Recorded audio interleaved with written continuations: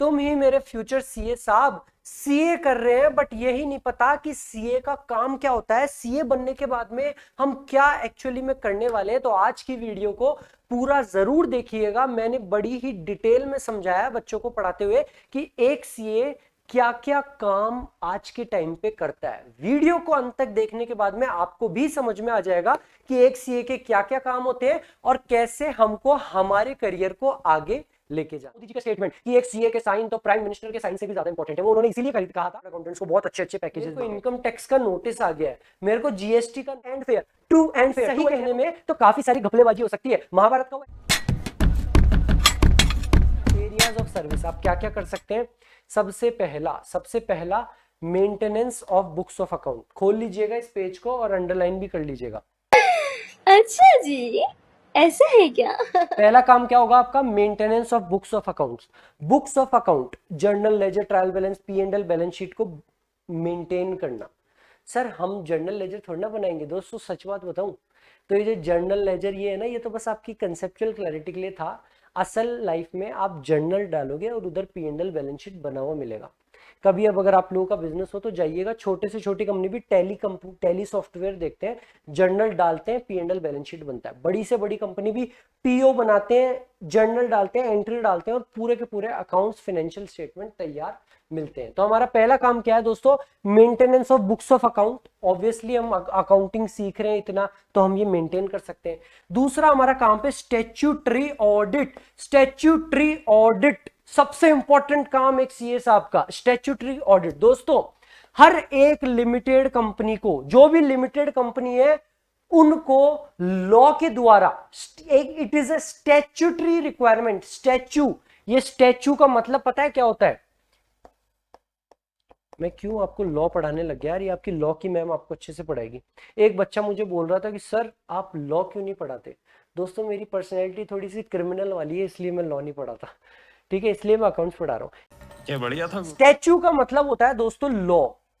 तो एक statutory requirement है, यानी कि लॉ की रिक्वायरमेंट है कि जितनी भी लिमिटेड कंपनीज है उनको अपने अकाउंट्स को ऑडिट करवाना पड़ता है। सर ऑडिट का मतलब क्या होता है दोस्तों, आप लोगों ने तो अपने अकाउंट्स बना लिए, सीएमओमोज लिमिटेड के आपने अकाउंट्स बना दिए, 1000 करोड़ के हमारी कंपनी है और हमको 100 करोड़ रुपए का लॉस है, कोई टैक्स नहीं देंगे, लॉस हुआ हमको 100 करोड़ रुपए का। सरकार बोलेगी ऐसे कैसे, तुमने बोल दिया हम मान ले, हमारा बंदा ऑडिट करेगा तुम्हारी कि क्या तुमने अकाउंट सही बनाए हैं कि नहीं बनाए। कौन बंदा? CA. Only and only a CA have the right to audit any limited company.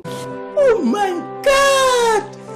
Wow! Modi ji का स्टेटमेंट कि एक सीए के साइन तो प्राइम मिनिस्टर के साइन से भी ज्यादा। आपका सिग्नेचर देश के प्रधानमंत्री के सिग्नेचर की वो ताकत नहीं है जो ताकत एक चार्टर्ड अकाउंटेंट के सिग्नेचर। वो उन्होंने इसीलिए कहा था क्योंकि अगर हम किसी कंपनी की बैलेंस शीट पे साइन कर दें कि ये अकाउंट्स एकदम सही है, यानी कि हमने उसकी स्टैट्यूटरी ऑडिट कर दी कि ये एकदम सही इन्होंने बनाया है, सही तरीके से पी&एल बैलेंस शीट बनी है। तो हमारा काम क्या है दोस्तों, स्टैट्यूटरी ऑडिट में अंडरलाइन कर लीजिएगा, every limited company is required to appoint a chartered accountant or a firm of chartered accountants, और कोई नहीं, सीए ही होना चाहिए, as their auditor. Sir CA में हो सकता है, नहीं हो सकता, केवल और केवल सीए ही हो सकता है। As their auditor who are statutorily, law की वजह से, required to report each year, हर साल, वेदर इन देयर ओपिनियन, हमारे ओपिनियन में, हम ऐसा नहीं कह रहे सही है, हमारा ओपिनियन बता रहे, whether in their opinion the balance sheet shows a true and fair view, a true and fair view of the state of affairs of the balance sheet date, and the profit and loss account shows a true and fair view of the P and L of the year. मेरे को रहा नहीं जा रहा दोस्तों, वैसे तो मुझे छोड़ देना चाहिए था बट रहा नहीं जा रहा, ये जो ट्रू एंड फेयर व्यू है ना, ये आप आगे जाके इंटर में तो पढ़ोगे, पूरा का पूरा चैप्टर आएगा आपका ऑडिट। फिर भी बता देता हूं दोस्तों, ट्रू एंड फेयर का मतलब क्या होता है। आप जब सीए बन जाएंगे तो आप भी बड़ी बड़ी कंपनीज की स्टैट्यूटरी ऑडिट करेंगे और आप बताएंगे कि क्या उनकी पी&एल और balance sheet true and fair view show कर रहे हैं। क्या क्या बोला मैंने? True and fair. True and fair, true and fair का मतलब बताऊं क्या होता है? ट्रू का मतलब होता है सच और फेयर का मतलब होता है उचित। याद रखिएगा, क्या पता आपके ऑडिट के सर भी ऐसे समझा पाए कि नहीं समझा पाए। ट्रू का मतलब होता है सच और फेयर का मतलब होता है उचित। आप केवल ये नहीं बताएंगे कि कंपनी, आपके ओपिनियन में कंपनी की P&L बैलेंस शीट सही है क्या, आप ये भी बताएंगे कि वो सही और उचित भी है क्या।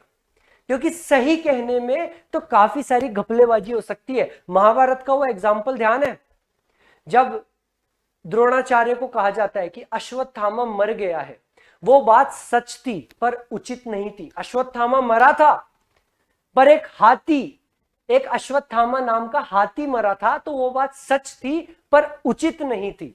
इसलिए हम एज ए सीए ट्रू, सच तो बोलेंगे, साथ साथ में उचित भी बोलेंगे। We will give a true and fair opinion, true and fair view कि वेदर P&L और बैलेंस शीट सही बने हैं कि नहीं बने हैं। हाँ जी दोस्तों, स्टैट्यूटरी ऑडिट मैंने आपको बताया। उसके बाद में एक पॉइंट है इंटरनल ऑडिट। सर अब ये इंटरनल ऑडिट क्या होता है? दोस्तों स्टैट्यूटरी ऑडिट तो होती है एक लॉ की रिक्वायरमेंट। इंटरनल ऑडिट आसान भाषा में समझ लो, बड़ी बड़ी कंपनीज जानना चाहती है कि क्या हमारा काम सब सही चल रहा है, कोई घपलेबाजी वगैरह तो नहीं हो रही, कैसे हम हमारी चीजों को इंप्रूव कर सकते हैं। तो वो भी एक सीए को हायर कर सकते हैं एज देयर इंटरनल ऑडिटर। जब मेरा इंटर क्लियर हुआ था, मेरी जो पहली पहली ऑडिट थी दोस्तों, वो इंटरनल ऑडिट ही करने गया था। हमारे एक साड़ी का एक बहुत बड़ा शोरूम था जयपुर में, हालांकि वो बंद हो गया। ऐसे मत कहना सर आप इतने पनौती हो कि वो शोरूम ही बंद हो गया। क्या बात है सर, क्या बात है सर, क्या बात, ये बात है। अरे सर क्या बात। ऑडिट थी वो इंटरनल ऑडिट ही थी। इंटरनल ऑडिट में हमारे पास में कोई स्टैट्यूटरी अधिकार नहीं है उसकी बैलेंस शीट पे साइन करने का, बट हम क्योंकि इतने दिमाग वाले हैं कि हम इंटरनल ऑडिट करते हैं कि आपकी सब चीजें सही चल रही है कि नहीं चल रही, आप कैसे अपने प्रोसेसेस को इंप्रूव कर सकते हैं। थर्ड है दोस्तों टैक्सेशन। हमने क्या क्या चीजें करी, आप क्या क्या सर्विस देंगे। एक तो आप मेंटेन करेंगे बुक्स एंड अकाउंट्स को, अकाउंटिंग का काम। एक आप स्टैट्यूटरी ऑडिट करेंगे, हमारे सीए साहब साइन करते ही कि भाई बैलेंस शीट एकदम सही है। एक आप इंटरनल ऑडिट कर सकते हैं कि आपका इंटरनली मैटर सब सही है कि सही चल रहा है कि नहीं चल रहा है। चौथा है दोस्तों टैक्सेशन। सर टैक्सेशन में हम क्या करेंगे, मान लो दोस्तों कोई बंदा है जिसके पास में जीएसटी की नोटिस आ गया कि 100 करोड़ रुपए का, बोले आपने जीएसटी का घपला करा है, ये करा है। 100 करोड़ रुपए देख के तो वो घबरा जाएगा ना, बोले यार क्या करूं, वकील के पास में भी नहीं जा सकता। तो वो किसके पास आएगा, वो आएगा सीए साहब के पास कि सीए साहब ये टैक्सेशन मैटर देखिए ना, मेरे को इनकम टैक्स का नोटिस आ गया है, मेरे को जीएसटी का नोटिस आ गया है। तो आप साथ साथ में ये सारी सर्विसेज भी प्रोवाइड कर सकते हो लोगों को टैक्सेशन के बारे में बता के, क्योंकि आप डिटेल नॉलेज लेने वाले हो अपने टैक्स वगैरह हर एक चीज की। An accountant can held taxation matters of a business or a person, कोई और पर्सन का भी, and he can represent that business or person before the tax authorities. आप अपने पर्सन, अपने जो आपका क्लाइंट है उसके बिहाफ पे उसको रिप्रेजेंट कर सकते हो आईटेट इनकम टैक्स अथॉरिटीज के सामने जाके, and settle the tax liability, और सेटल कर सकते हो tax liability under the statue यानी कि लॉ प्रिवेलिंग। स्टैच्यू का मतलब क्या होता है, लॉ। और आप क्या सर्विस देंगे, आप देंगे दोस्तों management accounting and consultancy services. जो सबसे ज्यादा हॉट टॉपिक है ना आजकल, बच्चे बोलते हैं सर हम मैनेजमेंट कंसल्टेंट बनेंगे। Management accounting and consultancy services, आपने नाम सुना होगा ना, बेन एंड कंपनी और ये सब बीसीजी वगैरह, जो चार्टर्ड अकाउंटेंट्स को बहुत अच्छे अच्छे पैकेजेस देते हैं, वो यही है दोस्तों कंसल्टेंसी सर्विसेज। आप बड़ी बड़ी कंपनीज को कंसल्टेंसी दे रहे हैं। बेन एंड कंपनी बड़ी बड़ी कंपनीज को कंसल्टेंसी देती है, और कंसल्टेंसी में पता है पहली चीज क्या कहती है, सैलरी कट करो लोगों को, हाँ ये लोगों को हटा दो, आपके प्रॉफिट बढ़ जाएंगे, आपके प्रॉफिट। ये करते हैं वो, इतने इतने रुपए लेते हैं, और कंसल्टेंसी क्या देते हैं कि लोगों को सैलरी पे से हटा दो, आपके प्रॉफिट्स बढ़ जाएंगे। तो ये कंसल्टेंसी का काम भी हम करते हैं, हमारे सीए साहब वगैरह, ठीक है। उसके अलावा हम फाइनेंशियल एडवाइस देते हैं। सर किस चीज की फाइनेंशियल एडवाइस देंगे दोस्तों, आप क्योंकि इतने दिमाग वाले हैं, आपने इतनी चीजें पढ़ी है, तो आप लोगों को फाइनेंशियल एडवाइस दे सकते हैं रिगार्डिंग देयर इन्वेस्टमेंट। आप उनको बता सकते हैं कि आप ये वाले म्यूचुअल फंड में इन्वेस्टमेंट करें, कौन से वाले जिसकी डिस्ट्रीब्यूटरशिप मैंने ले रखी है, मेरे को भी तो 1% मिलेगा। आप उनको इंश्योरेंस के बारे में बता सकते हैं कि आप इंश्योरेंस इस एज पे लें, यहाँ पे लें। बिजनेस एक्सपेंशन, कि आपको ऐसे बिजनेस एक्सपेंशन करना चाहिए, अभी आपकी 100 करोड़ की कंपनी है, आप इसको 1000 करोड़ की बनाओ, यहाँ पे इन्वेस्टमेंट करो, इस सिटी में आपकी ये खोलो, मैं आपको पूरा ये करके दे रहा हूँ। साथ साथ में कुछ इन्वेस्टिगेशन, आप क्या कर सकते हैं दोस्तों, कुछ इन्वेस्टिगेशन। सर इन्वेस्टिगेशन बोले तो हम क्या, आप इन्वेस्टिगेशन कर सकते हैं कि आपके प्रॉफिट्स गिरे क्यों। सर क्या ये भी सीए करते हैं? बिल्कुल करते हैं दोस्तों, हम सीए ये सर्विसेज भी देते हैं। वो सब काम पुराने काम हो गए, वो इनकम टैक्स रिटर्न भरना 500 रुपए में, 1000 5000 रुपए में, ये सब छोटे मोटे काम है। हम आजकल के सीए ये वाली सर्विसेज भी दे रहे हैं।